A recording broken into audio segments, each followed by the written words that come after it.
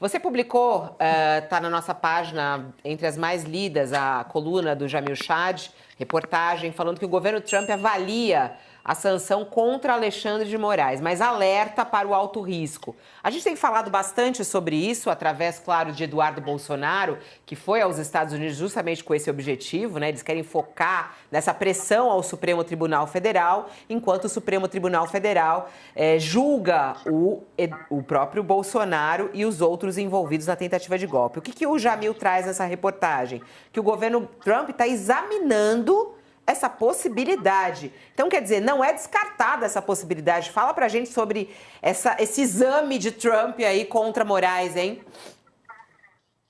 Olha, Fabiola, não é descartado. Essa possibilidade está sendo examinada, mas o que eu trago, e essa é a grande novidade, é que dentro da Casa Branca existe uma hesitação enorme, porque esse gesto é considerado dentro da Casa Branca como sendo um gesto de alto risco. E aí, só para deixar aqui muito claro, e aí na diplomacia todos nós sabemos que existe, e no jornalismo também, que são, obviamente, as conversas em off, conversas com fontes que não podem aparecer, que não podem, obviamente, falar com o seu nome, ou seja, manter o seu anonimato, mas eu posso garantir a todos, uma altíssima fonte dentro da Casa Branca, que aceitou conversar com a gente justamente sobre esse tema. Então, Fabiola, ponto número 1. Sim, o tema está sendo debatido, mas, o que essa fonte do altíssimo escalão Donald Trump me diz? Em primeiro lugar, ela é considerada como uma pauta de alto risco. Alto risco para quem? Para Bolsonaro? Para Eduardo Bolsonaro? Não, para os interesses americanos, Fabiola. Eles só pensam neles, vamos deixar aqui muito claro. Né? E aí, quais são esses riscos de eventualmente colocar uma sanção contra Alexandre de Moraes? A primeira delas, que foi me apresentado, sempre que Donald Trump tem se envolvido em campanhas eleitorais no exterior, o seu candidato perde. Por quê? Porque ele consegue, no fundo, unificar um país em torno de uma oposição a quem apoia ele. Né? Então, aconteceu isso aonde? No Canadá. No Canadá, o partido que venceu a eleição estava destruído, estava na lona. E aí, o que faz? Donald Trump começa a atacar justamente o ex-primeiro-ministro, etc. E aí, esse partido se reconstrói, basicamente, como um partido anti-Trump, uma agenda anti-Trump, e vence as eleições. A mesma coisa na Austrália, que o partido também consegue ter essa composição. Ou seja, Trump é um excelente cabo eleitoral da oposição e não dos seus próprios candidatos. Isso é uma constatação da própria Casa Branca, por favor. Então, qual é a constatação deles em relação ao Brasil? Bom, de repente, se a gente entrar de sola na eleição em 2026 no Brasil para apoiar o Bolsonaro, o seu filho ou qualquer bolsonarista, de repente isso é um tiro no pé daquela própria candidatura. Então, esse é um ponto inicial. E aí, atacar Alexandre de Moraes, colocar uma sanção contra Alexandre de Moraes, é mobilizar todas as outras forças políticas brasileiras contra uma invasão à soberania brasileira, uma ingerência à soberania brasileira. Então, olha só, o cálculo é que essa sanção, no lugar de ajudar, ela vai, no fundo, atrapalhar o bolsonarismo. Ponto número 1. Ponto número 2. Dinheiro, Fabiola. Os americanos têm, com estoques de investimentos no Brasil, 150 bilhões de dólares. E aí a pergunta que todos os empresários americanos fazem: calma aí, se a gente abre uma crise institucional, perdão, uma crise diplomática contra uma instituição brasileira, porque aí não é uma sanção contra Alexandre ou Alexandre, não, é contra um juiz da Suprema Corte brasileira, o que vai ser considerado no Brasil, e o Planalto já disse isso, como uma ingerência às instituições nacionais. Então, os empresários americanos estão batendo a porta na Casa Branca e falando: calma aí, você sabe que eu tenho muita grana investida lá naquele país, né? O que é que vai acontecer se houver uma crise diplomática entre Brasil e Estados Unidos? Será que é de nosso interesse mesmo abrir uma crise desse tamanho com 150 bilhões de dólares colocados lá? Então, ponto número 2. E ponto número 3, obviamente, o que a gente está falando de China, União Europeia, etc. Se você faz uma agressão, basicamente, ao Brasil, você está justamente levando o Brasil a se aproximar da União Europeia, da China e de outros parceiros. Então, dentro da Casa Branca, neste momento, há uma enorme cautela. Como essa fonte me disse, é uma situação de alto risco, é uma situação em que todos perdem, todos, claro, o Brasil, mas também eles. Então, óbvio, Fabiola, no governo Trump, tudo é possível, né? A gente já viu, né? No governo Trump, tudo é possível. É possível que haja uma sanção? É possível. Mas o que existe hoje, dentro da Casa Branca, é uma análise de que uma sanção contra Alexandre de Moraes seria, em primeiro lugar, contra o seu próprio interesse, vamos dizer assim, de angariar votos para a extrema-direita ou para o bolsonarismo, e dois, aos interesses americanos. Só para completar aqui, Fabiano, tem 3 eleições que os americanos estão absolutamente de olho na América Latina entre esse ano e o ano que vem. Chile, agora em 2025, e no ano que vem, Colômbia e Brasil. 3 países com governos progressistas. Se nesses 3 países houver uma inversão, né, se a direita ganha no Chile, no Brasil e na Colômbia, olha só o mapa da América do Sul. Chile, Colômbia, Brasil, Argentina, Paraguai, Equador, Peru. Ou seja, nós estamos falando, obviamente, de uma situação muito cômoda para Donald Trump na América do Sul a partir de 2026, se isso tudo acontecer. Gente, o chat é muito bom. As pessoas fazem aqui piadas que eu não vou fazer, senão eu vou ser cancelada.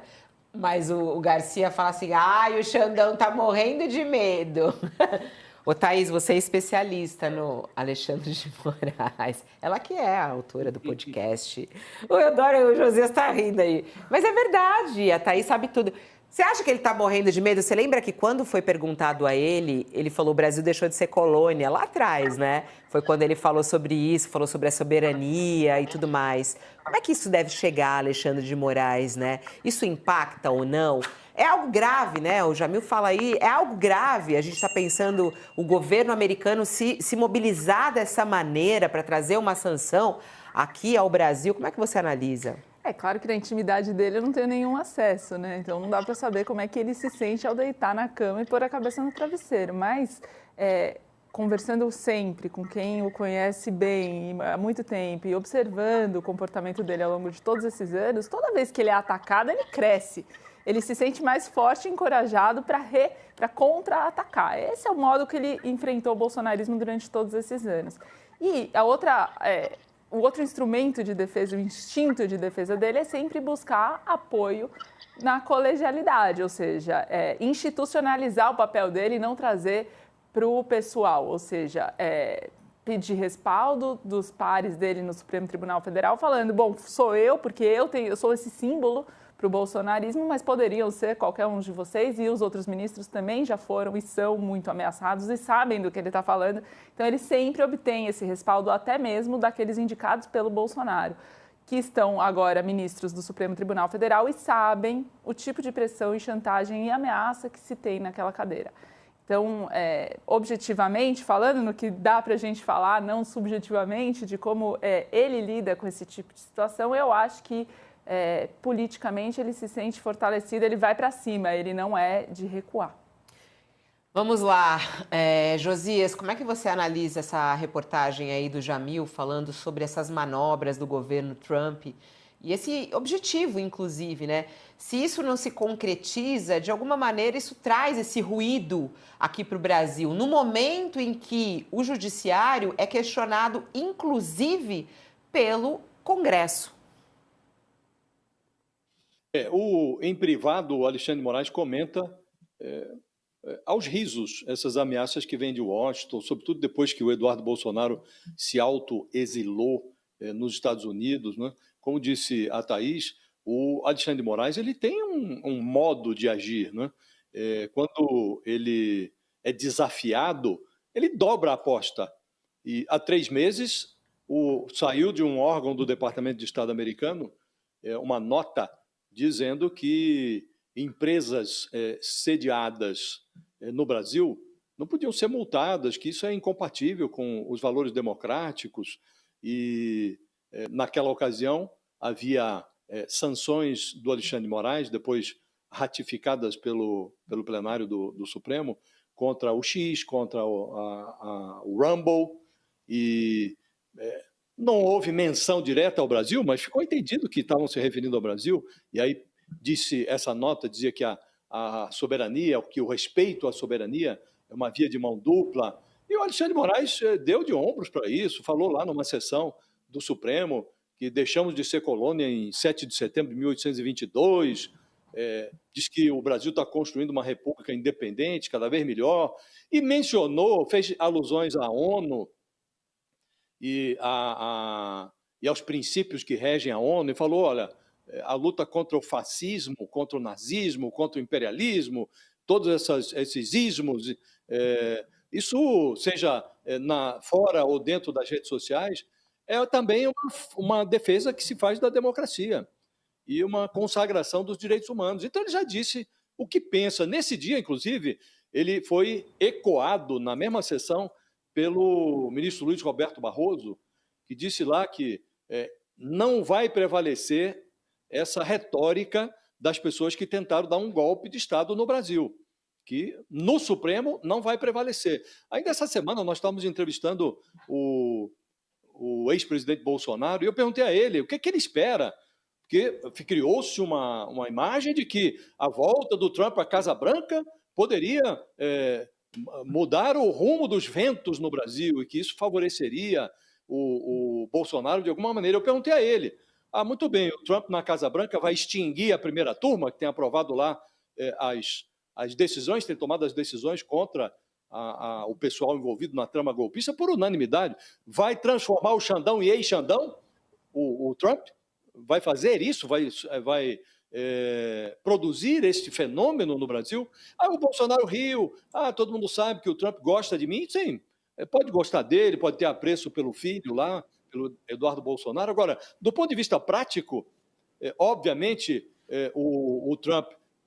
presumivelmente, nós podemos intuir que ele vai tentar influir na eleição de 2026, como tentou influir por meio do Elon Musk nas eleições da Alemanha, tentou exercer influência em outros países da Europa. Obviamente vão tentar, porque ele hoje tem a pretensão de ser o líder desse movimento, dessa frente de ultradireita que se propaga pelo mundo. Agora, do ponto de vista prático, para o Bolsonaro, para o bolsonarismo, a presença do Trump na Casa Branca trouxe efeito nulo no Brasil e no andamento dessas ações penais que estão correndo lá no Supremo. O Alexandre de Moraes não se mostra atemorizado com isso. Ao contrário, está dobrando a aposta, está dizendo, olha, estamos aqui lutando contra o fascismo, contra o nazismo, o imperialismo. Então, não parece sensibilizado por essa retórica.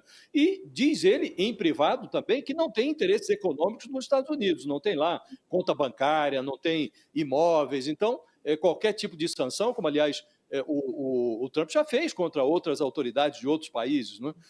Ele não parece recear esse tipo de providência. Então, Fabiola, o efeito até aqui tem sido nulo. E o Alexandre de Moraes, longe de se intimidar, se mostra cada vez mais decidido a avançar nesses processos. O que eu acho bom, porque alguma resposta judicial precisa ser dada às pessoas que tentaram virar a mesa da democracia no Brasil. E não é razoável supor que a presença do Trump na Casa Branca vá mudar essa realidade. Seria supor que o Brasil é uma república bananeira, né? Esperemos que não seja assim e, aparentemente, o resultado pretendido não foi e não será obtido.